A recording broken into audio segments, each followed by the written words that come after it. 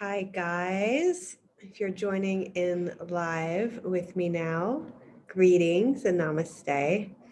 I am just wanting to share this link. About to start a conversation with a beautiful man who reached out to me on Facebook, as you do these days, and shared a little bit with me his story. And I just wanted to elaborate with him. You know, there's only so far we can go on these messenger chats. And this is what we're doing. We're like, hey, do you want to get on a call and just have a conversation? And he was like, absolutely. So he's going to be coming on here any minute now. Thanks for bearing with us. I'm just getting off an amazing show with Charlie Freak. We were on for over 2 hours. He's just so brilliant. So much fun. And so, yeah, give us a second here as I bring Steve into the room.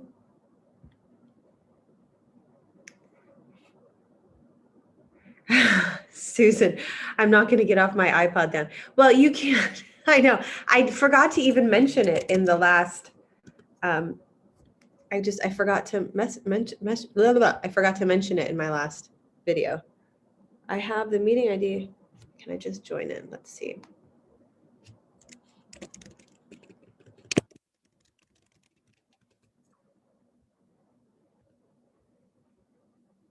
Okay. Let me see where he's at.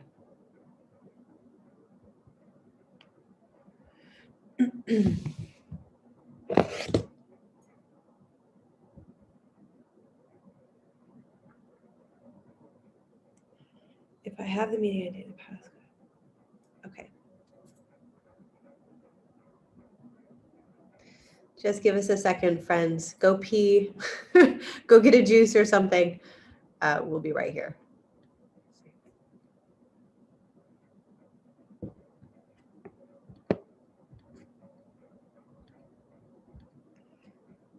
Let me see.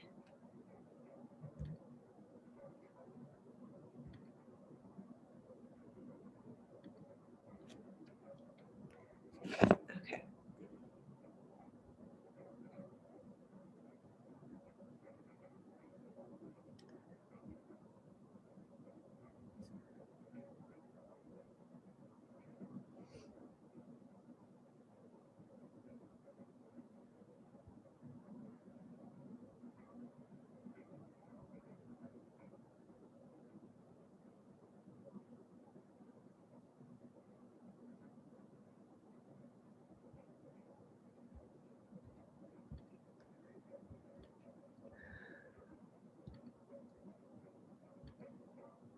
Let me see.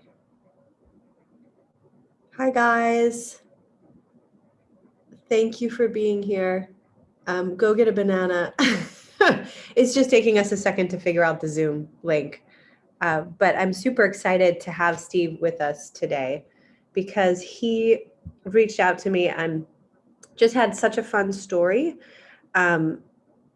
You know, he's just been through a lot of things, as a lot of us have been, and I wanted to share him with you guys. And I also just wanted to get to know him better. It's kind of hard to get to know people in Messenger, although we go quite deep, don't we, friends? Now, for those of us in this community, we're definitely we're going deep faster. I love the relationships that I'm having right now with people.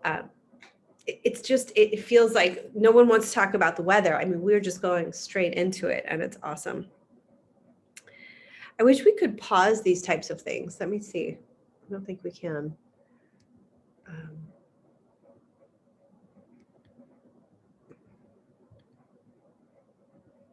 Hi, friends.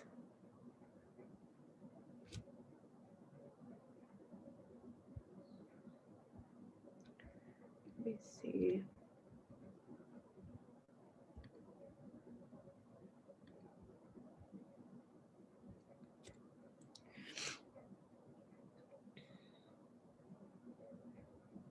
We will get this sorted. Does anybody have anything they want to say? Any comments or questions? That was a great show with Charlie, right? Wow.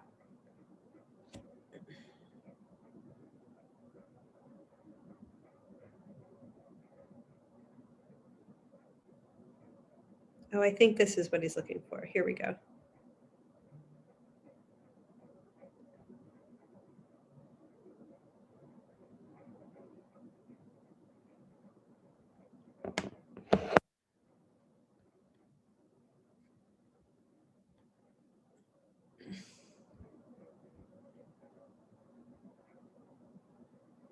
Let me check the live stream again.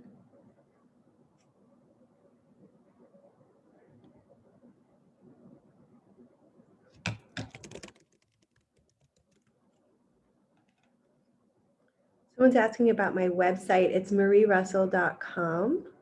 And we're trying to figure out how to get all of the content for free through the website. But we have a Mighty Companions Facebook group. So if some of you guys are interested in kind of keeping up with me, we're starting to post some of our online content in there. So that's on Facebook, as long as we have Facebook, Fakebook, as they say. And we're going to figure out also what our next our next move is, you know, if we're going to do Rumble and MeWe. It's like I'm a little bit like overwhelmed. And you know, I got into this not thinking I was going to go so full steam ahead. And then it just kind of happened. So now I'm sorting out our next move with all of the things and all of the platforms. So yeah, check me out on my Facebook. I also have an Instagram handle, and I'm going to put that in here right now. The Instagram handle is pretty cool. There's a lot of beautiful art that we put together, I think, and spiritual content. So I think that would be a good place if you guys get caught in any funky mind space, just to go in there and pick a quote. I mean, there's a lot. I'm a student of A Course in Miracles. And so that's generally where I've gotten most of my spiritual information and integration, but also, you know, 15 years of yoga practice, well, longer, but 15 years of teaching. And so pretty much my whole adult life has been about the conversations that we're having today about awakening. And so when all of this started to happen, it felt very natural to go in this direction, because there was so much spiritual content. This whole movement is about waking up. It's all about waking up to the truth of who we are. So it felt very natural to go in this direction. However, it wasn't so well received by my community, but that's okay.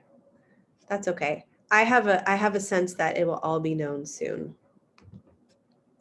So let's see where our friend Steve is. I was just going to record this and then put it up like I do for the other interviews that we've been up to, but I thought, well, I'm live right now. I finally figured it out. I might as well just stream it. So let's see. Here he is. Here he is. Here he is. Ready? Here we go. Let's see. Yay! All right. We did it! All right, there you go. It always feels like such an accomplishment for me, I have to say. Oh, mate, I don't do tech stuff. I'm like, I didn't have an email until about 2010 or something.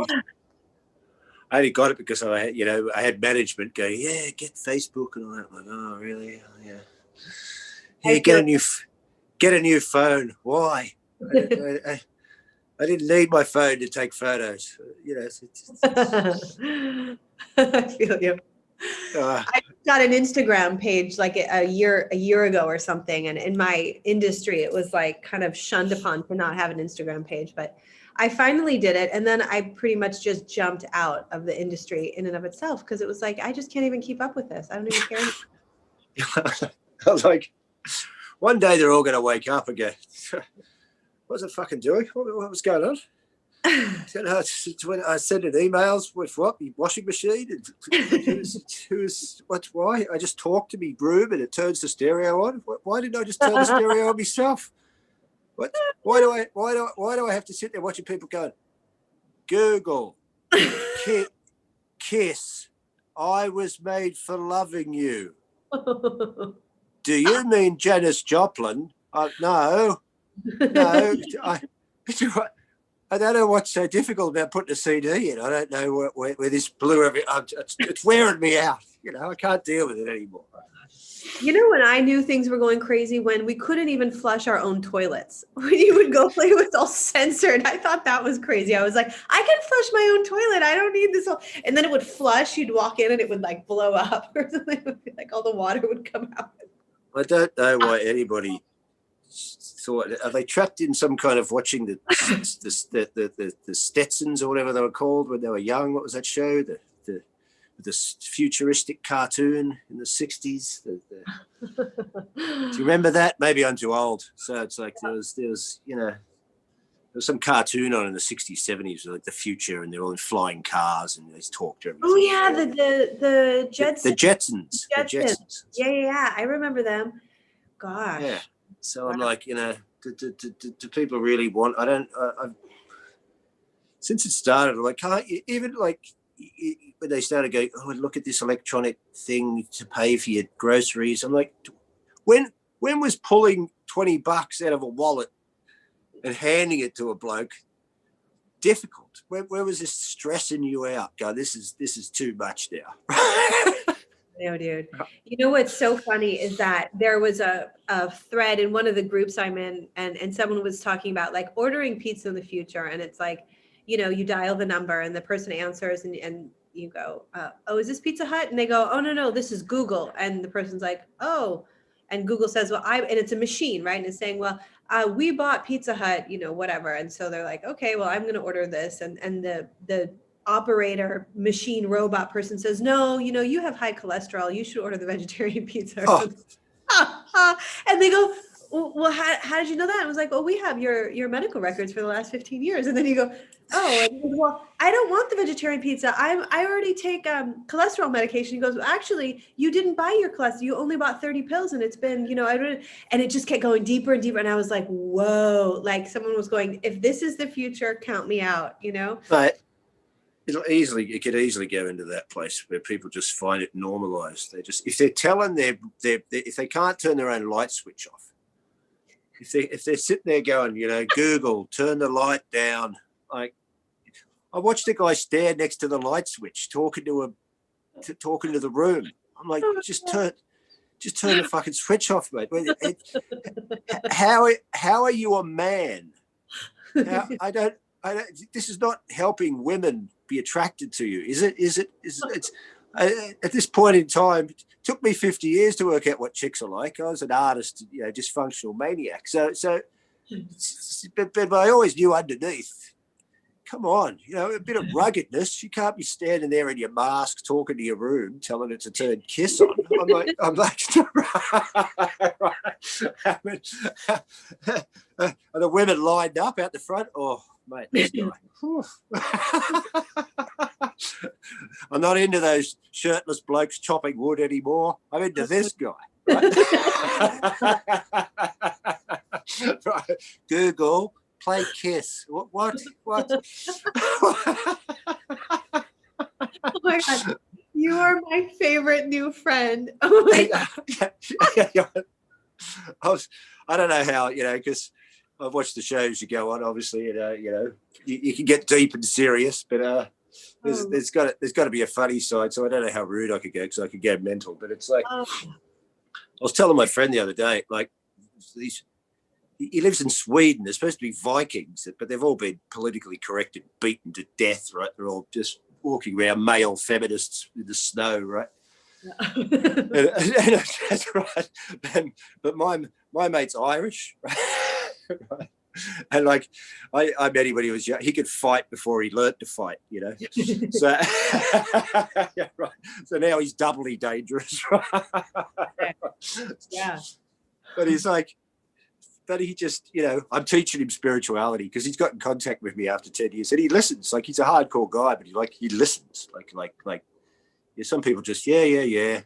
And like, but just the other day I was talking to him going, this are women actually looking at these men just walking around? I can't imagine many women just, I tell you what, if a marauding army comes over the mountain, we're going to be safe with this lot, aren't we? I'm a male feminist.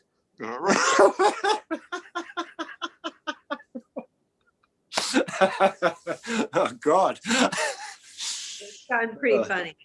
It's kind of to a place where I think we're trying to, too many people are starting to question this. Like, yeah, this is okay. We can say it's unattractive because it absolutely is, but it's also like, how much longer? Like, how much longer? Oh, well, yeah. We know it's unattractive. They've been somehow conditioned that it's.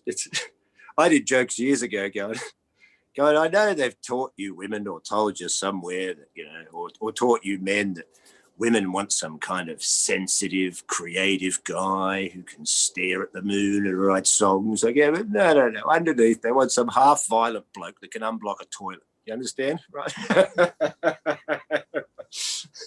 So and I'm an artist, so I can't unblock toilets, so I'm in trouble. You know what I mean? I've never owned a screwdriver. You're like, what? But yeah, I don't know when it's going to end. I don't know when. Maybe when I reckon. See, I had a plan years ago. I thought if you all came home after work for a month and just sat around an open fire and didn't watch TV, then I think a lot of it would drip out of you, right? And you just suddenly wake up going, what was I doing? Yeah. Oh, you were just ringing dominoes because it was male feminist day, so you could get half price. Oh, what? Oh my God. Oh yeah, I know. It's. I mean, we could get into the whole intricacies of it. It's. That's what's so funny about it at this point in time, isn't it? I mean, what's been interesting, I see when I first saw you on Sasha's thing, I go, okay, you seem to be this woman who was doing yoga and hanging around spiritual people, and next minute they're all, oh no, I better get a virus. What? Aren't you just, surely you're hanging around yoga, spiritual people, you've read a few books about the power of the body or the mind or the illusion of death or the power of unimaginative fear or trauma. So I can imagine your dismay when, excuse me, they're all sitting there drinking spirulina in yoga positions going, no, I'm scared. Why? I can't even touch my toes and I'm not scared of it. Like, yeah, it was a real wake-up call, even with lots of people I've known, where you realise, being an artist all my life, I've kind of been outside watching the mainstream, right? But it wasn't, of course, till I had that big breakdown I told you about, where I realised, oh, I was a robot too, just in a more exotic, traumatic, drinking, drug-filled way. So. But it is strange watching how many people just seem to. But I think it's like a gift. I've changed my perception. For years, I was a comedian ranting, and but it just doesn't do you any good, does it? To push up against it, screaming and carrying on, because if you read enough mystics and stuff, they're like, because there's mystics out there somewhere sitting around just not freaking out about anything. Nothing. They haven't even noticed anything. They're just still in meditation. They're still in bliss. Thank goodness for them to remind you that's normal. Like, that's reality. And all of this insanity is it's just that. It's a joke. It's a way for us to come back to that level of meditation. But yeah, so many people, who've been taking care of themselves and really trying to like be leaders in their field or in their families or whatever. Really, I like what you said earlier, just about being like, we were robots too. Like, I was asleep too. Every day I wake up and I feel like I'm a beginner again. Like, my teacher used to say, I am like brand new. And I love it. It's so much easier to live. Like, it's like my yoga teacher used to say, my first 10 years of yoga was about achieving. And then my second 10 years was about letting go of everything I achieved. And then at 20 years, I started again. And I'm feeling that for me. It's like, here I was like, and I think a lot of us think that, like, we're drinking our spirulina, like we're doing our things, we're doing, but then something like this just kind of like catapults another level of awakening where you realize like, wow, I was really kind of, the awareness gets so fine-tuned, you know, and that's what's happening right now. I just feel so much more fine-tuned than I was. And all of the other people still like thinking that they know things. I think it's going to be hard because I know that feeling. Oh, yeah. Well, thinking that they know things is interesting. I mean, they could come at me going, so do you know exactly what's going on, Steve? Well, no, this is a global move. Right. Like, it's unprecedented in human history. Do I know everything that's going on? Of course not. The whole thing's constructed by geniuses. Right. Which is, and it's covering what? Economics, military, education, culture, society. Okay. So it's deep and it's profound and it's massive. But I've also, for the past 20 years, read hundreds and hundreds and hundreds of books on things that a lot of people have not. And I know them, and I know they've been going to work and having their girlfriends and eating pizza and doing hobbies and doing their stuff and watching TV and going to sport. And they haven't been reading this stuff. They're not interested. Right? So now I could tell them some stuff because I can see things on different levels. But you realize they're not interested. No. And in fact, they will come back at you going, what do you know? Right. Just because you've looked at a couple of videos on YouTube. No. Right. That's just the mainstream accusation. See, your accusation isn't even researched. Right. Right. So, you know, it's like when people hate Donald Trump, but they hate Donald Trump the same way they like Beyonce. Right. Right, it's just the same thing, right? I never liked Beyonce. I'm putting it out there for the record. No. It's so appalling and so disturbing for me how these women are gyrating. I've always been uncomfortable by it. I always found it bizarre that everything was being so celebrated too. And well, I'm not particularly uncomfortable by gyrating women. I will admit that, right? I'm not sitting around watching Beyonce by any stretch of the imagination, right? I'm too busy listening to Enya. Right. So like, but so yeah, so they come at me like, well, they don't come at me anymore because I got over the hump, so I just don't bother, right? So it's like, but I realize it's interesting, isn't it, to see the level of how ingrained people are without even knowing it. They're so ingrained in the sense of like, I'll go to the doctors and just give me some pills. And is there anything wrong with that? No, there's pills that work for things, and medicine works, doesn't it? He's a doctor, he studied, he knows more than you, doesn't he? Rah, rah, rah, and all this. But you go there and sometimes, and I'm like, I had a fucking breakdown. They're going, take antidepressants, and I ended up taking them, and then I had to get out of that world as well because I knew it wouldn't work, but I was in hell, right? And of course they didn't work. I didn't let them work, and I didn't want them to work, right? Because I'm like, no. There's a way somehow away from these things, but lots of people just go, yes, I'll get the right combination, and I'll get this, and I'm like, no. But they can if they want. I'm not saying don't, but you can see they just trust this guy, and it's almost like, but where's the role you've got to play in this healing? Yeah. Right. Why do you just put it out that there's like, oh, this guy will save my ass? And now that's a psychology. Oh, someone's going to come and save my ass. No, they're not. No one's coming. In fact, there's lots of people who are aligned against you. Right? But here's the funny thing. You don't believe me when I tell you that because you think I'm a nutcase who just wears tinfoil hats. So what's the point in talking to you? Well, it feels like that. There's just no point anymore. And I think that's why people like you and me are coming together. And that's why these new communities are forming, because we've always been kind of the weirdo in our communities. We've always been like, you know, people would call me an extremist, like, you know, because look at these words they've borrowed. They don't even know they've borrowed these words from the war on terror. You borrowed that from the war on terror. You know, don't right. You don't even know you've got it. You're an extremist. Where'd you get that? Dick Cheney gave it to me in the early 2000s. Like, I remember that guy, Dick Cheney. Oh, Wow. he's like, I mean, whenever you see Dick Cheney, you used to think, can't you even tell by this guy? Like, this guy's like just Satan's turned up. Hi. Like, oh my God, that guy was so creepy. I haven't thought about him in 100 years. That whole situation was so creepy. I mean, when you look at the whole thing, it's just creepy. It's just like all of it's yucky. Well, here's you know, people are normalized into, well, this is normal, isn't it? What, to drop bombs on people and just no. On TV. But I'll tell you what it is. Okay, it's normal in the sense of what? Well, we're all so asleep, all of us, that this is the world we've manifested.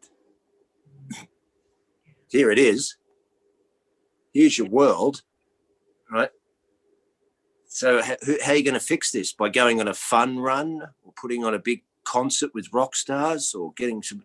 It doesn't work. How many concerts with rock stars and this and carry on? No. You're the power, right?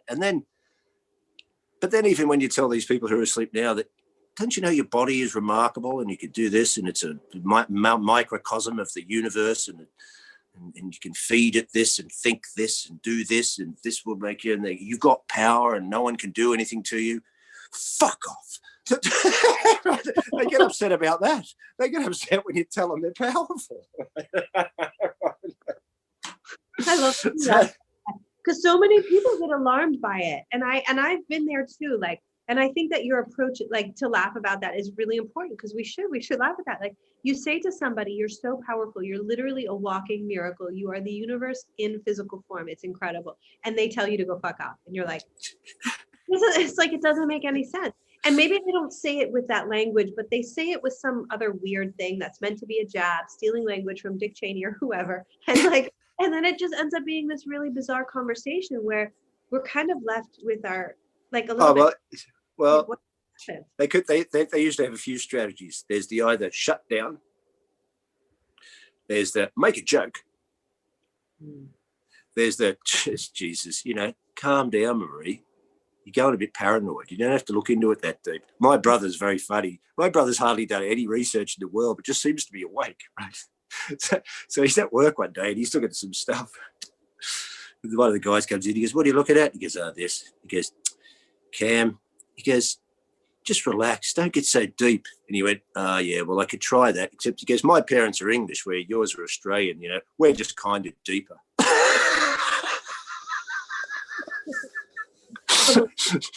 He goes, "You didn't like that much." But it's true, man. Sometimes people just, it's almost like, as you're speaking to them, some of them pick up that, oh no, this will warrant me doing something, even if it's changing just the way they think, or am I going to have to? I laughed at one of the yoga people eating spirulina. I ate spirulina today. I'm eating spirulina. Well, I've had a lot of cocaine in my life. I should put some spirulina in there. Yeah, right. So, but yeah, it's like one of my mates. I've known him for 30 years, and he was ranting on about Trump or something. And I just said, "Listen, do you know all this, or is it just, why is everyone's concerned with Trump? I was screaming about Dick Cheney in the early 2000s. I didn't hear none of you complaining, right? He was bombing the shit out of people. What did Donald Trump do? Slap a woman on the ass in the 70s? Is that what he did? Something like that. Yeah. It's terrible. I'm like, what?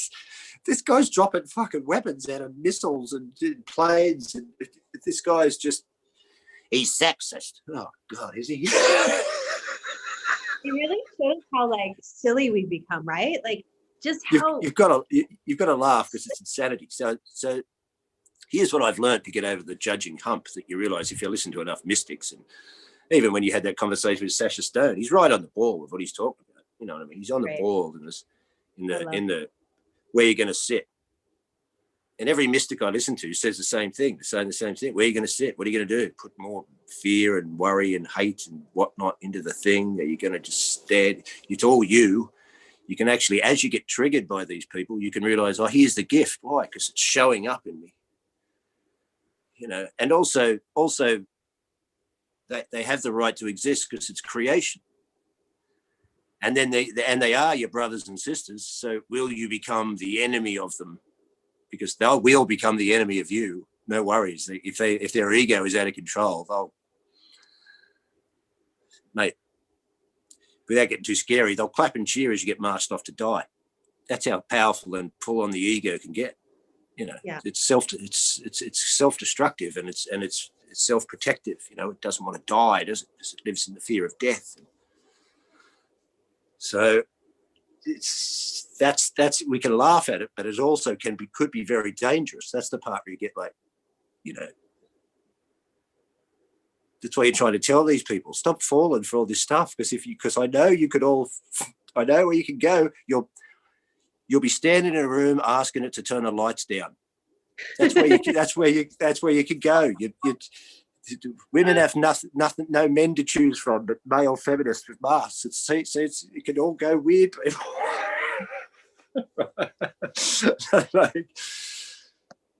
And so, but then you just do. You got to sit there and you go, well, because I spent my whole life judging, doing comedy about this stuff, and carrying on and ranting.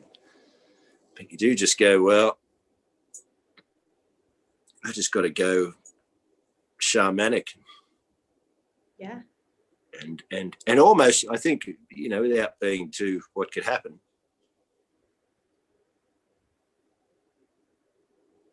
you know, can you forgive them for anything, even if you get killed? Well, I think the point of it is forgiveness. You know, I think it's easier said than done in those cases. But yeah. Well, here's the part though. If you get deep mysticism again, it's like, well, even are you getting killed? Right. Because they're trying to tell you, no, you're not. You're invincible. They're trying to tell you, you know, everything is rising from across the screen of Maya.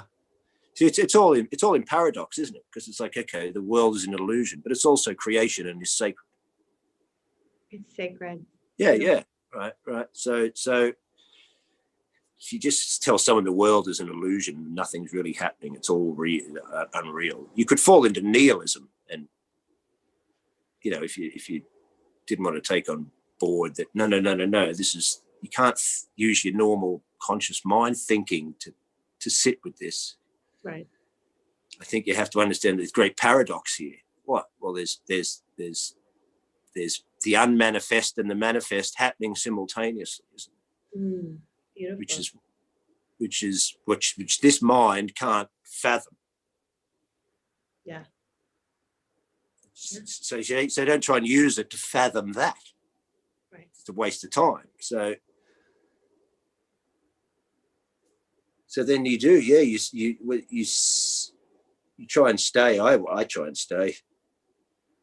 Even though I'm, as I said, I'm not an enlightened being. I watch my patterns come in. I watch them now, and sometimes I act them out and just watch. Look, I'm a robot right now.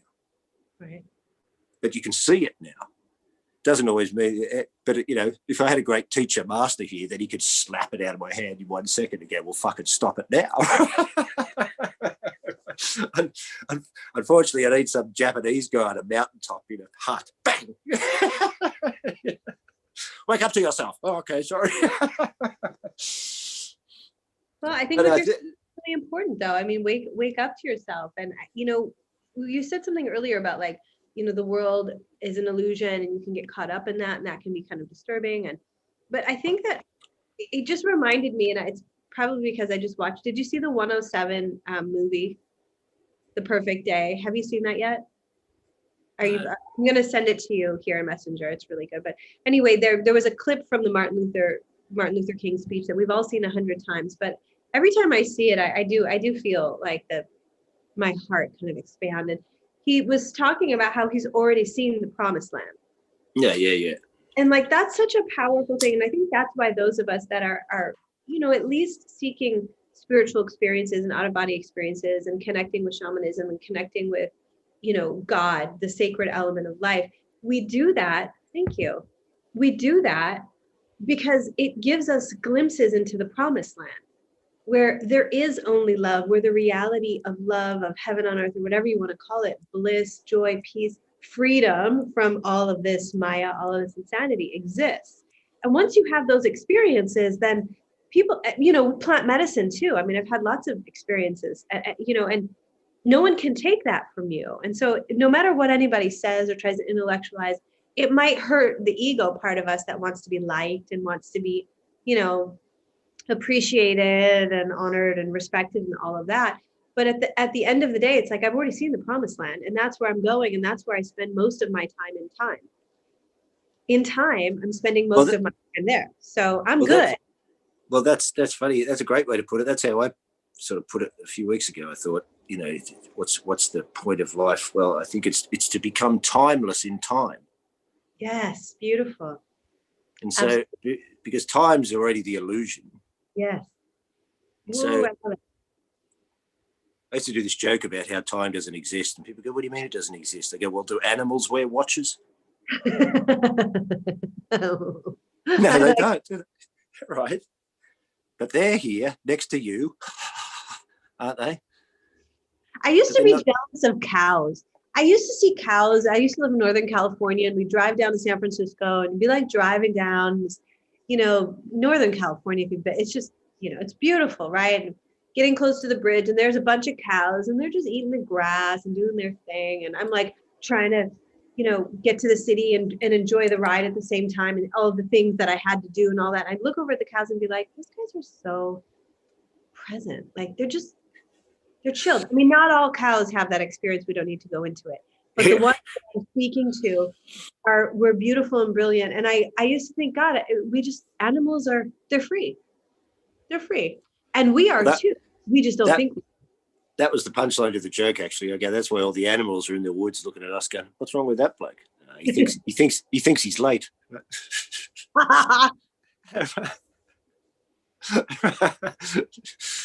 So, man, he thinks he's late. Who made up time? Wasn't the first clocks come in like the 11th century or something? And see all that, I don't even know. I mean, it's handy if you want to bake cakes, go to the airport. It's important, right? It functions there, and it's probably got some deeper, profound function in ways I don't know about. And then, but really, when you said before, you can say, you already sort of live in the promised land. Well, that's exactly like what Sasha was talking about, what these mystics talk about. Like, it's already done. Why? Because it's the only thing that's reality. Right. Totally. That's it. That's it. See, all this violence and death and everything. It's a reality, but it's not a reality. We're telling you. So. I mean, this world is an illusion. Can certainly, fuck you up. It's not like, hey, it's just an illusion. Yeah. I read a real great quote the other day. It's so short, but it's just this in a nutshell. The guy goes, "If you want to keep burning in hell, then refuse to let go of your life." Beautiful. There you go. Because these mystics ask for everything to be let go. What? Your desires, your time, what? Yourself, your mind, your life. Beautiful. Yeah. And so, because if you sit in time, then you're going to get cause and effect, and you're going to get desires spreading from things. And if you want happiness, it probably came from sadness. And we're just trying to tell you it's going to come back to sadness. That's all we're trying to tell you. It's in dualism, and if you keep doing that and reaching out, something will come back. And so, do you want to keep burning in hell, or do you want to let go of your life? And or as one guy put it, it's another guy, this non-dualism teacher guy. He was an ex-coke addict, full-on hardcore junkie. He says it really good in the way he goes, "See, you're all verbing, but you think you're a noun."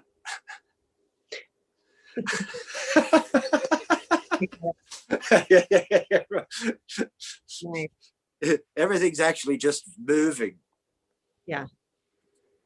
It's just rising and going, isn't it? And we're trying to tell you that you're the rising and going. You're not the doer. Well, we tend to hold on. We tend to identify with things that are not. Oh, yeah. They're not true. They're not real. Like I was holding on to my business. I was holding on to my reputation. I was holding on to my house. I was holding, it's just like, we're just holding on. And It's the camel. It's easier for the camel to pass through the eye of the needle because the camel can lay everything down. He trusts his Bedouin master. And in our case, we need to trust our creator.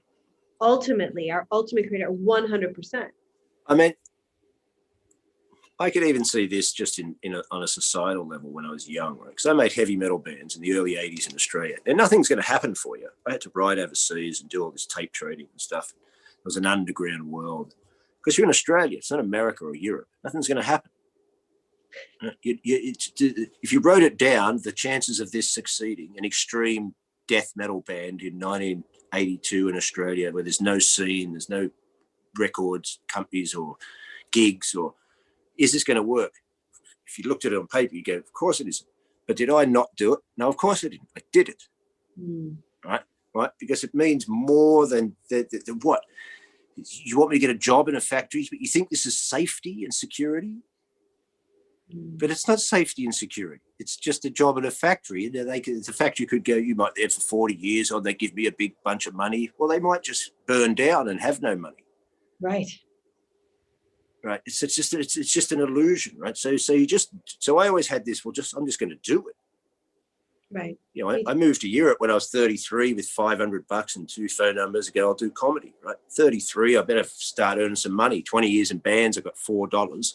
So, well, I'll go to Europe with this phone numbers and see if I can do that. Whereas most people won't even do that. They won't. Oh, but what if this doesn't happen? But the thing is, once you do it, things happen. Right. Yeah, right. Why? Because you're doing it. See, in one sense, you're just doing it. Wow. It's such a simple teaching, but it's so profound because it's like we haven't been taught, and we've been actually encouraged not to do it. So that's part of the problem. But you said $500 at 33 and into Europe. My husband and I and our 2 children came to Mexico 2.5 years ago with $500 and 2 kids and no place to live. We lived in like a one place apartment. Now we live in a great house with a pool. Like, life happens when you go get it. You got to go get it though. You got to go out there. You got to be brave and you got to try things and trust that there is an energy of goodness that is streaming through. It comes through laughter, it comes through friendship, it comes through community and all of those things. But that seems to be, at least for me, my get out of jail card always was just do it. Just go for it. Just because, trust yourself, believe in yourself.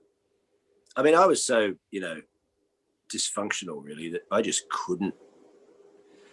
Well, I had a mixture, I think, of some kind of intelligence, maybe your soul, that sort of, because why? I needed to be free, right? So I think that's a whisper, like a fragrance of your soul anyway, right? From maybe another life or something, right?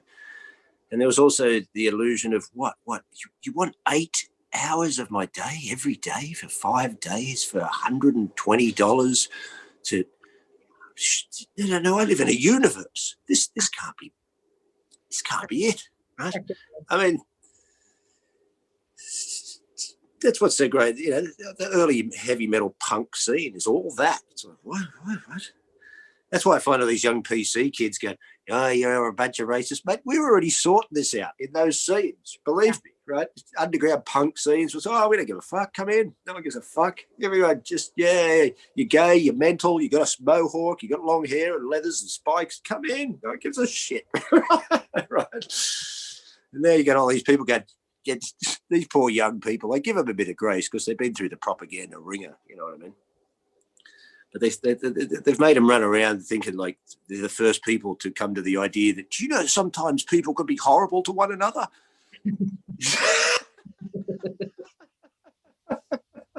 Yeah, we noticed.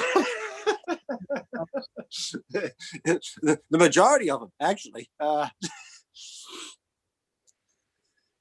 But yeah, that so you could equate that back now to what we're talking about here, into what you can witness now. The people they're scared, right? They won't let go. All that plies into it. That inability to go after your dreams. That I'm too scared. We kind of found it funny when we were in bands and we were poor and we had no money and we were just poor metal warriors. We'll do it anyway. That was the kind of thing. Yeah. Whereas now it's like, oh, I actually saw a guy with a mohawk and a leather jacket recently on some news show in Australia going, oh, I think it's discriminatory that I can't get a job when I want to just look like this. Mate, you don't even understand what this look was about. This whole look was about, well, I'm not going to get a job like this. That's for sure. Fantastic, right?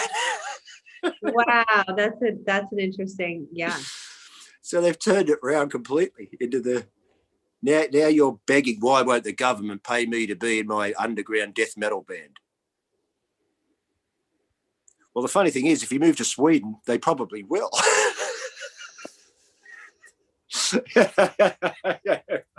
I knew guys in a heavy metal band in Sweden who basically got paid to be in a heavy metal band by the government because people come into the city from the smaller country towns, and then there's less jobs. So they said to them, well, what do you want to do? They said, we want to be in our heavy metal band. They said, well, if you stay in the country town, you can be in a heavy metal band. We'll fucking give you money. They went, all right. Wow. They're still in that band, right? I love Sweden. I've been there a few times. Yeah. So but how yeah, you can see that now. Yeah, I do. I've always found that with some people, like, yeah, come on, take the risk.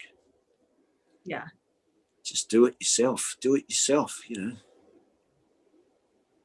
Yeah. difficult. Sometimes you live in horrible houses and with a mattress on the floor and eat noodles, but it's kind of cool. At least At 18, yours. it's not too cool at 54. But at least it's yours and it's your journey, and that's the whole purpose of life, really. Is that we're coming back to source. We're coming back to who we truly are. And mate. free. Yeah, I mean, the world and nature shows you everything. I can see that. You can see conformity in the smallest things. I've never understood why anybody would have to buy a new couch, right, or a new table, right? I'm like, they've been making tables for thousands of years, and they're like there's secondhand stores where you'll find one that no one else has got that's cool as shit for $35. Why did you take out a loan so you could get a couch? I'm laughing because I've done that before. I paid for it. I mean, you pay for it when you get subscribed to this insanity. You have to pay for it because it's so designed for that. Not only financially but karmically. You got to pay. Oh, that's the good thing of me being a complete misfit. Completely, I've always never get that. I've had a handle on. I've just, because I'd want to go, well, to go to the second-hand store. Here's the good bit. Now we'll find a cool one, right? Like no one else will have. Yeah. And just run by some old Jewish woman in the back. Hello, what's going on? Just $35. All right. I mean, I used to go to this second-hand store in Melbourne. Just go, if I ever bought a house, you could just do the whole thing in here, really. Yeah. I don't, there's 1,000 coffee cups here. I don't know why you buy it. I spent $300 on these coffee cups. Did you? You a fucking nutcase. If you got movie star money, okay, $300 on your cups. Who gives a shit? But if you haven't, I don't know why you've gone and. But people do. They want to be seen as this. That I've never understood. Because I've been out of the mainstream in heavy metal episode. I don't understand this. Just. But if I have this thing, then I'll fit in and I'll look good. Well, it's part of the whole thing. It's part of the programming. It's part of this chasing everything outside us. That makes no sense. But as I said, that's the part where I go, how did they get you on this one? I mean, come on, Jesus! You got into grand four debt for $4,000 for a couch. Oh my God, I've totally done this. I'm admitting it. You're totally calling me out. But here's what I want to say. Like, people like you, we used to joke about our insanity. And we should joke about our insanity. We should be like, oh my God, I've totally done that. He's totally, but now we're so offended by everything. We're so offended. You say I like Donald Trump and people go, no, you're a racist now. It's like people are like, everybody's gone totally crazy. Where did it come from? They've gone crazy. Here's the funny thing about them getting offended. Here's the ultimate irony of them not getting offended is that they're actually not offended. They're not. They've just been programmed to think that they should be offended about this thing. If no one had told them to not act like this, they wouldn't be acting like this. Because they go, all these stand-up comedians doing all these sexist jokes and homophobic jokes and all these racist jokes. And they go, well, I've done stand-up comedy for 25 years. Where are these comedians that are doing these racist, sexist? Where are they? Because I've seen thousands of comedy gigs. No one's thinking, I'm going to win the crowd over. How? I'm going to go out there and be as racist as shit. Right? And are some jokes racist? Yes, right. But not in the sense of racist like you think. Like it's not. It's. But now they've made it so that you can't mention anyone. Don't mention anyone. And then you're sitting there, but they're not even really offended. As I said, they're just in the thing. Yeah. They're just in this. I can almost look at them now and know what's going to come out of their mouth. Well, of course I support feminism. Of course women should be allowed to have abortions. Yes, I hate Donald Trump. It's like it's so you have to laugh. You have to laugh. We have to laugh. I mean, do you think we're going to get to the other side of this? I mean, laughter is a bridge. Let's hope that we continue to laugh through this. But like, you know, yeah, we've been programmed. We say weird shit. Like I used to think that abortion was absolutely a woman's right, you know, and now I'm like, oh my God, like, yeah, I know. On this, like, how did I get subscribed to this? Like, I know what you mean. I that one, that was, I was never particularly political in those areas, but that's one I would have been, yeah, well, you know, I wasn't, the right, but I was like, it meant nothing to me. I didn't see the mass death programming of it, you know, it's amazing that you could change women into having thousands of them cheering. They could kill their babies. Yeah, and they cheer. That's abortion. Like no one's trying to offend you or anything, but like just sit with that for a second. You've got to heal that. Man, that's one that they've. Oh yeah, that's man. A funny one. Can we make a joke about that? I don't know. What's the joke? Well, you know. Oh, it's not even I can't make a joke because I get all offended. It's just like that's the one that I'm so. It's profound when they go. You have no idea how brainwashed you are. You have no idea that they've turned women, the divine mother, into 1,000 of them chanting and screaming that they've got victory because they can kill babies. See, I will laugh at things like that because I've got a sick, dark sense of humor. But it's like it always comes back to like, well, the rape situation. It's like, well, then why are they raping? Like, stop that. Let's get that done. You know, let's stop that. Well, see, we're not into this, looking into the deepness of things, are we? So instead of going, you know, why are women prostitutes? We go, well, let's call them sex workers, rebrand them so it's not offensive, and then we'll. It's the oldest profession in the world, Steve. Well, okay, if you don't want it to happen, let's find out why men feel the need to go and have sex with prostitutes, right? You know, this could take a lot of work and be a big job, but let's see why women have to become prostitutes. And instead of going, oh, isn't it wonderful? Let's have a fun run for single mothers. Why don't you find out why there's so many single mothers going on? Because it's not good, but I know you've been told it's all right because women can bring up love is love. See, they're tricked with all these slogans. Right, it's just like, are you saying that two women can't bring up a? So do I think that somewhere in life there isn't some person that got brought up by two women and has turned out fine? No, of course I know that is a possibility. Anything's a possibility. What we're talking about here is a moral or a structural or a societal sort of traditional way to behave that would be best for an outcome. Which, for some reason, all around the world, without even talking to one another, all the races seem to have sex, have children, and then give them to the women. Here. right. Was there a big meeting between the Japanese and the Africans and the Icelandics and the Koreans and the Swedish? When who should do this? The women? Yeah, I think women should do it. No, everyone seemed to just give it to them. Right. Well, women give the birth, don't they? Don't know why? Because there's divine stuff going on here between the woman and the, you know, and men get all the rights. Men are disposable, and society sees men as disposable. Why? Because why do you think it's women and children first? Because you don't need men. You need women and children if you want to keep your society and your species going. Because you could have 100 women on an island with 3 men, and you could reproduce. But if you've only got 3 women and 100 men, well, we're in trouble. Yeah. Wow. So men are the ones that, who cares if we lose a few of them? You know? But they've tricked all this thing that men have just been having a top time all the time, right?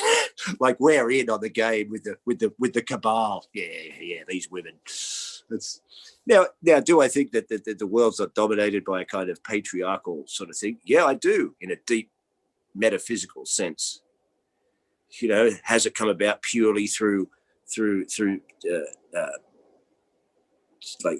tyranny or anything? No, there's probably some natural things there. If you were in the world in the old days, it was tough. There's animals, there's rain and stuff, and there's marauding hordes. Well, who's going to do it? We'll get the blokes, get those big blokes to stab them and do this and build the huts and get injured. Why? Well, they're bigger and stronger. So it made sense in that world, doesn't it? And was that even probably thought out? Probably not. It's probably just biologically, genetically natural, isn't it? That there's different energies, yin and yang, which are functioning and going about.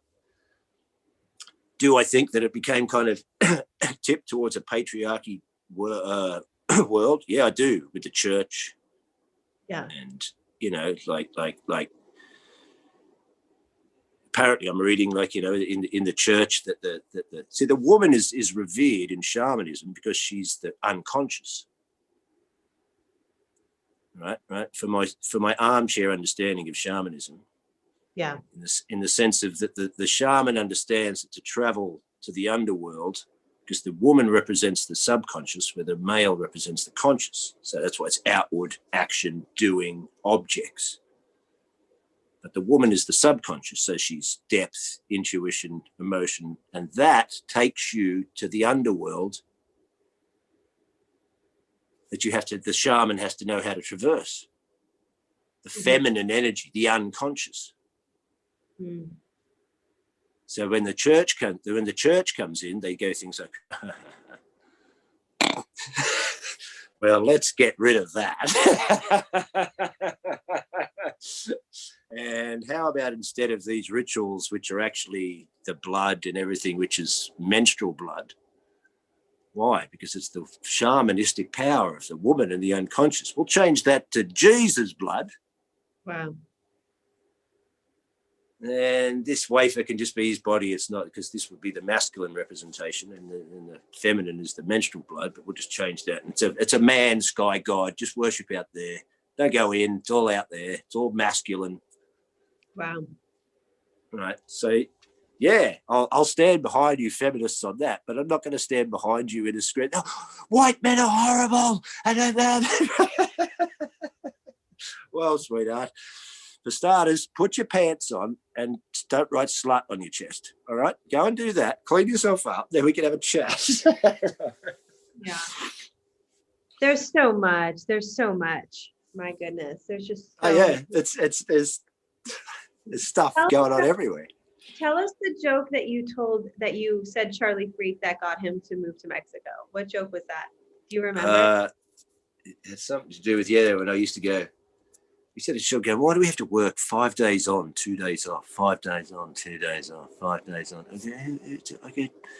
I go, why can't it be like, I go, because you get the weekend, but it's not 2 days, is it? Because Sunday, by about halfway through Sunday, Monday creeps in, doesn't it? Like, yeah.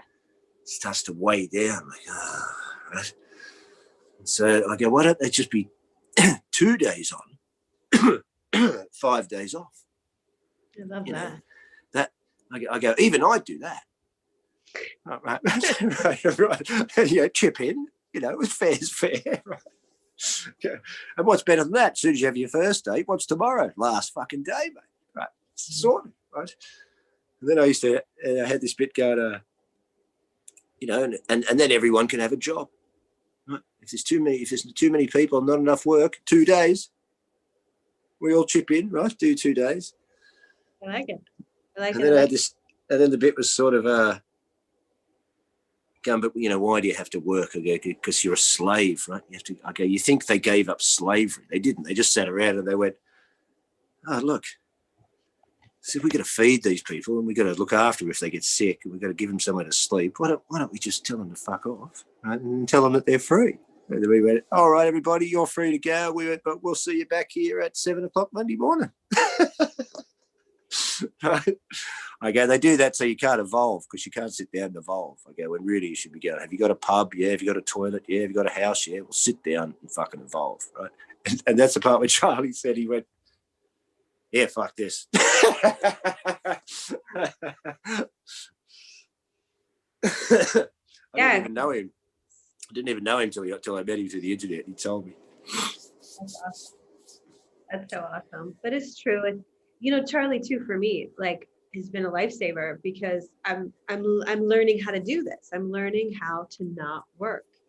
I'm learning how to not be like driven by the money. I'm really being deprogrammed here, you know, around that. And I've always struggled with money. Like, I used to say in my 20s, money's not real. Money's not real. And people would be like, you're crazy. And be like, it's not, you know, well, it's easy for you to say, you know, you're married to this guy. But then, you know, that guy died, and then all of my whole life. And so now I've been like hustling, like 10 years, I've been hustling, trying to make money, doing what I love, which is like, you know, these types of things, having conversations and yoga and teacher trainings and coaching and like all the things I've been doing. But I really lost my sense of humor, I have to say, with all of it, because it all got super serious. You know, it was like, oh my gosh, like I got to pay these bills, and now I have a team, and now I got to pay all these people. And then, like, if you don't pay them on time, they call an attorney. Right? It's like, like, did you know that I'm just a person here? Like, I'm not a corporation. I'm just trying to do my life. Especially in America, they call attorneys, don't they? It's all well, on. You know? An attorney. I told her, I was like, listen, I'm not going to be able to pay you on time. You can stop working, because that's going to happen, or you can keep working and trust we're going to make it. She's like, no, I'm on. It's going to be fine. And then the next thing I did is she called an attorney. But yeah, you know, people are struggling, and I think that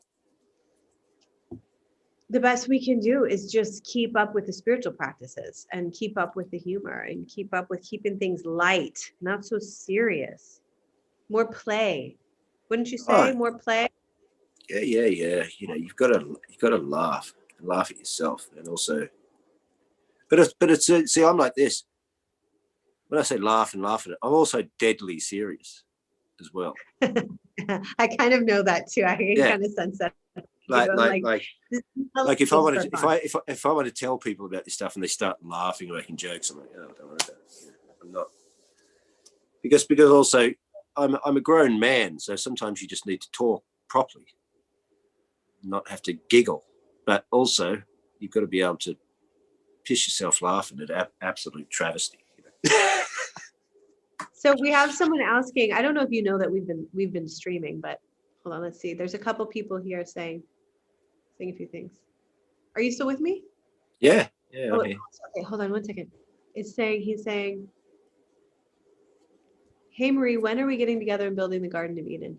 Oh, Eugene, anytime. You just PM me and let me know when you're coming down to Mexico. Someone is asking you, Steve, have you always been spiritual? JV, you know, have you always been spiritual? Hi, JV. Thank you for being here. I saw you on the last show with Charlie. We love you. All money is debt. The truth is spoken joking. You're deadly serious in your jokes. This is good. Oh, lots of comments over here, guys. Thank you. Okay. All right. Have you always been spiritual? I would say yes, but not always in the sense of reading it. But I think somewhere it was always around. It was easy for me to believe that, you know, growing up in Australia, I knew that Aboriginals were mystic somehow. It was always just easy for me to know that they're not dancing around the fire going la, la, la, la, for no reason. You know, they're up to something, right? And they're wise, you know. And then through music, that was always moved me a lot. And then I just started to, almost probably through just having an emotionally dysfunctional life, where you fall into self-help books or whatever. And then it was like, then it moved into Buddhism and shamanism and it all sort of linked. It all seemed to say the same thing, and then it moved into complete non-dualism. And but you can read all you want, but if you don't do anything, even though the great paradox is that there's nothing to be done. But it's like, but I still sat around, reading these books, taking drugs, never sleeping, working too hard, being miserable sometimes, being traumatized because I never looked at myself, even though I knew I was traumatized, So I'm sitting there intellectualizing it. And intellectualizing it to me is like going to the pool every day and staring at it, but then asking to join the swim team. I'm going, well, did you get in the pool? No, I never got in the pool, but, I've looked at the pool a lot, right? That's good. Right. No, you have to get in the pool. Oh, right. So, it took me a sort of, I used the Scorpio excuse, as I said, it took me to just have a breakdown and drag myself through depressive hell to actually go, oh, hang on. I already knew some of this stuff, but, decided to, go this path. G'day, mate. How are you? G'day, brother. How are you? Hey, we're all on the run. On the run. I was going to say, well, you look a bit rugged and shirtless. The sun's out. You seem to be having a good time, mate. Yeah. It's -4 here. We're flying high. We live in paradise. Yeah. Oh, mate, I bet. I fucking bet. Well, I'm in Manchester. Starting now again. Beautiful, beautiful stuff. I know. I have to walk through the forest here. It's like cloudy all day, like there, and then it gets dark at 4. But I still have to walk through the woods and go, it's still beautiful. Yeah. Even though my feet, see, look at him, no shirt, board shorts, living in paradise. Coming in here to get some stuff, but so yeah. Well, Now, as I said, was I always spiritual, and have I become ultimately spiritual now? Well, yes and no, because I still sit there and watch my egoic patterns dominate me, and I still sit there sometimes and go, oh, I could actually work on myself, and I go, but I'm not going to. So, but go ahead. But I have no issue in sort of understanding it, feeling it, knowing it. Mm-hmm. It's just the only thing that makes sense. Mm-hmm. I feel to you. me. It's the only thing that makes to people who have common sense. And it's so simple, You watch these, I watch African tribes get interviewed. What do you do out here? Just be together, be happy, nothing. How do you get well? Oh, this guy goes, and we heal this bit. And, it makes sense to me. Right? Can't get well unless you heal the proper bit, Then the healing's for the whole tribe. We all stand around and go, we call this thing, and then we clear it properly. You go, see, I'd go to that doctor over a Western doctor any day. I want this guy. This guy's honest. He'll tell me if he knows what's wrong or if he doesn't know what's wrong. He's honest. He's just a guy. He hasn't got a $300 million house. He hasn't got an ego dripping out of his white coat. This guy, if he sat down, he'd go, no, I can't do it. Why? The God said no. The Spirit said no. Yeah. Right? At least he'd go, all right, fair enough. Yeah. Or he'd go, yeah, no worries, right? Start dancing. That has a lot to do with just like the spirit of equality too. And like, being a human and being mankind would be more about that level of communicating. Not it's expectations of these people know, these people don't. It's like, hey, brother, can you help? Yes or no? No. Okay. Hey, brother, can you? Or hey, sister, can you? It's like, there's just more community. I really feel like that's where we're going. I don't know. Totally. I tend to have a really positive outlook. I mean, where do you think all this is going to land? Oh, I don't make those judgments. I just go, because I have to watch my own thoughts, for it's kind of, But it's like only because I know where it could slip, but you got to maintain yourself and go, hang on now. Yeah, you have to stay in the light, right? I walk around the park with shamanic music on and commune with the earth for my bit. Beautiful. Go, right, it's just, better than sitting on your bed worrying, I can't imagine. See, it must be weird. As I speak to my friends sometimes, I haven't watched the news once. I don't watch it. Right? Me either. Yeah. And so if I wanted to trigger myself to see how insane I still am, I could probably use it for that. Oh, I've got some issues to work out. But it's like, but you've got to be the border guard of your own mind and soul, and that's hardcore, high tech psychological warfare.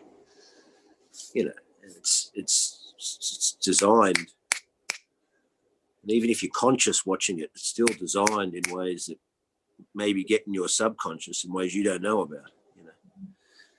So yeah, I was telling them, so it must be strange for people who have been just constantly feeding themselves with that. Right. So whereas I don't. Do I think about getting a virus? Not once. I never thought about it. I don't think about it. The first week it started, I went down to the bush and lit a fire. There's a park here, and I built a fire, and I thought I'll sit in the ash. That's what I need: smoke and ash and dirt. Right? And then this black guy came up, and he goes, he sat down with me, and we had a talk, and he had some bongo drums, and we played his drums, and then as we left. It was the first week this had started. We go to shake hands. They were like, "Oh, this virus." Right? And as I went to do it, this thing of fear rose in my gut, right? And I went and said, "That's what they want." Yes. Wow. Right? That's what they want. That I should be scared to shake this fucking guy's hand. Right? Okay, that's what they want. And I went from that day on. I went, they're not having that. Wow. Wow, that's so big. That's exactly it, isn't it? They want fear. Yeah. Right. To be afraid of each other, and not only to not touch each other, but to get mad and to be afraid. Yeah. And to just, and so I don't even think about it. It doesn't. I haven't acted in any way. If someone's, some old woman's scared or something, okay, I'll be kind or something. But I don't think any different. People don't even know how strong you wouldn't even need a virus. You could just tell everybody, and they if they believe it, then it's real. Yeah. They don't know how powerful they are. So, well, they don't know how powerful they are, but that's where I'm standing, is to kind of come full and circle. that's okay. That's what I've come to. Because in the past, it would have been fucking morons. I can't believe it. Fucking. But now I have to go, well, maybe they've got a role to play. Maybe I've got a role, and maybe they're here to offer me so I can see myself, or I'm still a maniac, right? Yeah, I think that could be a big part of it. And blessing everybody, but there's still a part of me that has a little bit of not of the wanting to like wake everybody up, but I'm kind of on the other side of it just now, because it's so much more fun to just be at peace with it all. And because the other side is just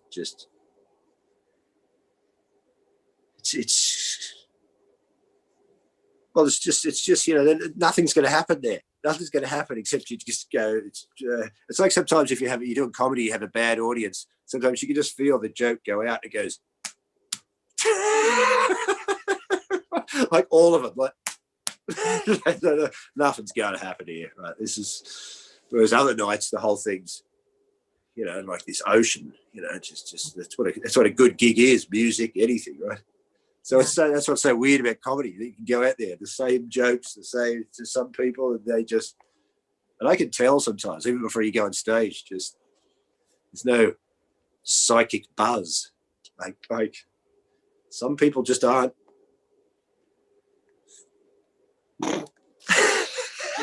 It's like most people don't really feel you. I'm going to pull up your messenger. I want to kind of come to the, let me see. The what, sorry? Do you feel like most people though are with you, like get the jokes, like ready to go? Oh yeah, I've done it long enough. I can usually get some laughs and stuff, but some of my material's full on. So it's what? it's pretty full on, some of it. You know, I used to do full on jokes about the war on terror. I didn't even know how full on it was because I've always been a kind of full on guy in, you know, in heavy metal and all this. And then I watched some of my old DVDs. I was like, Jesus, I'm pretty full on. Yeah, it's no bones about it. Like, you know, I did heaps of jokes on the war on terror and terrorism and, you know, political correctness and just. Right. And I was even a kind of lefty myself, but I didn't even understand politics. I was just kind of like that because that left side of going, okay, don't be a racist, and they used to sort of promote and all this, and don't be an idiot, and, you know, wake up yourself. Okay, well, I just had that anyway. You know, I grew up. I never grew up being scared of other races or anything. It didn't. Just, I don't know. To me, it was just, I was a Chinese bloke. Well, he's from China. You know, it wasn't anything weird to me. So. But I started to wake up to when these lefties PC maniacs started to go berserk. Like, as soon as they started saying that to be offended was, you know, you could bring into that, you could start to bring police around. You know, it's not assault or battery, it's offence. You know, like, it's a red flag right there, isn't it? Like, you could offend a vegetarian at the barbecue. You didn't mean to. And also offense, that's your responsibility. Right. Well, it's everyone's offended. That's the thing. We're just all constantly offending each other, but that's all our egoic consciousness. I mean, the ego is all about that vicious. Well, fingers. I don't get that. I'm good. I've come from underground heavy metal world where anything went and stand-up comedy. So, you know, I've been laughing at evil shit for 20, 30 years. so I'm all right on that level. It's a joke, folks. It's a joke. I understand when a joke is horrible and is vindictive and is actually not a joke. It's disguised as a joke to be racist or offensive or insulting. You know, I grew up, and some people would tell me Aboriginal jokes when I grew up. And even when I was young, they said, that's not a joke. That's just revolting. Yeah. Right. That's just ignorant hatred. Especially in Australia, it was like, you know, you had these opinions about Aboriginals that when I grew up, but it was like, didn't they even know any? It wasn't even just the hatred and the racism. It was just the fact that, but you don't even really know any. It's all just ignorance. What do you make of all these comedians, like these American comedians that like do the news? Like they're so famous, they're making jokes about Trump all the time. Like, what is that? Just that's all cabal? Those are all cabal people. Who are those ones? Like the John Olivers and all that? Yeah, I mean, I'm thinking of like, what's his name? I don't watch these people. Some of my family does. What's his name? Trevor Noah. Bill Mayer and Bill Maher, John Oliver, Trevor Noah. Steve, Jimmy, all those guys. Like I haven't watched them in years, but yeah, gross, right? Well, you had Jon Stewart and stuff around in the early 2000s when that Iraq war and all that was going on. And it always seemed to me like this is like an escape valve of the seriousness of this, like a distraction. Wow, yeah, that makes sense. You know, and I always found it just biased and politicized, and it's not real. It's there for a reason of propaganda, and I don't like any of that stuff. I can't watch Trevor Noah and John Oliver, and it's just Trump. You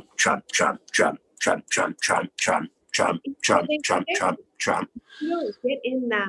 You don't get to that level unless you speak their script. Oh yeah. What are you going to? You know, are they going to have me on? No.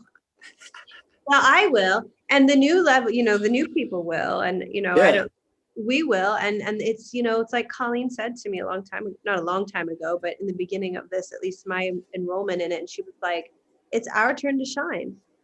And I feel like that's true. And you're going to have a major role to play, I think, you know, as more and more people wake up, because that seems to be inevitable. Don't you think? Oh, yeah. They, you know, I was listening to some mystic one day. Might have even been Meister Eckhart, that fella, Christian mystic. And this could be coined in karma or just what is. But it's almost like they're going, what what happens when these catastrophes or whatever goes on? He's like, to me, this made sense. He goes, basically, God just kicks the crutches out from underneath you, basically. So, and it's done it. How is this? How could God do these horrible things? He's not doing horrible things. He's doing. No, I'm not giving you any more or wake up calls or crutches. Sorry. Yeah. Why? Well, because it's too much of an illusion and a burden, and it's making a mess. So there you go. You're on your own. Where's your house? It burned down. Ah! See, it wasn't really giving you anything in the first place except a good place to take a shower and stuff. But all the stuff you thought it would keep you safe forever, guess what? Doesn't. Yeah. So you have to drop into this. So you have to drop into this into faith, which is easy at the moment because I haven't tested mine in it if it gets really extreme, So I can all boast about this now, but it could get tougher.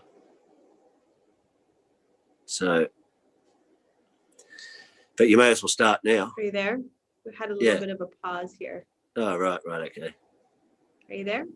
Yeah, I'm here. The last thing I heard is it could get tougher.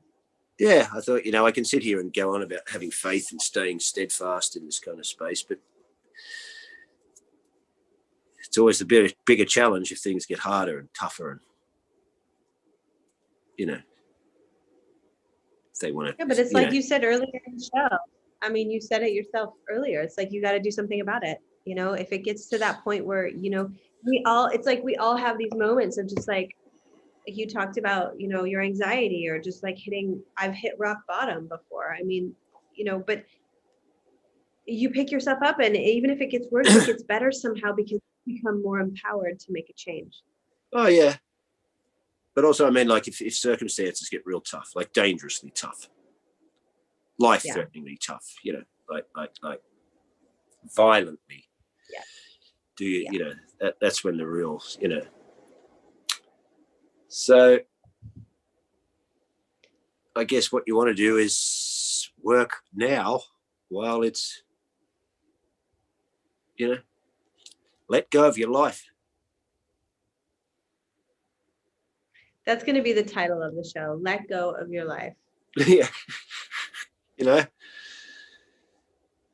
one's coming to save you. Yeah, let go of it, really. Have I done it? Doubt it. 6 guys fucking kicked my door in now and started threatening me with rifles. I'm sure I'd shit myself. But I understand what these guys are saying. Let go of your life. Yeah. And this is, these are the baby steps. Like any way that you can is to let go a little bit every day. Laugh a little bit more, go a little bit more, and just listen to what these guys are saying. I love that you said that because that's what this is about. It's taking the mystics seriously, not the tax man. It's like but these guys been around for 2,000-3,000 years, all saying the same thing. They haven't changed. Keep saying the same. Hello.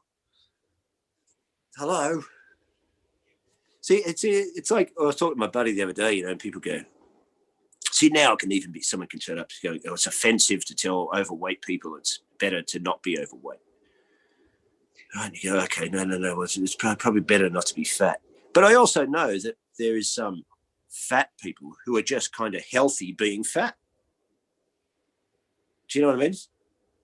Well, the point I'm getting at is how people have to open up to everything. I've seen fat Aboriginals sitting around covered in paint with one tooth missing. This guy's not unhealthy. It's a different kind of fat than sitting in a basement eating pizzas and hating yourself and masturbating to pornography and just never going out in the sunshine. That's a different kind of unhealthy fat. Do you know what I mean? Yeah.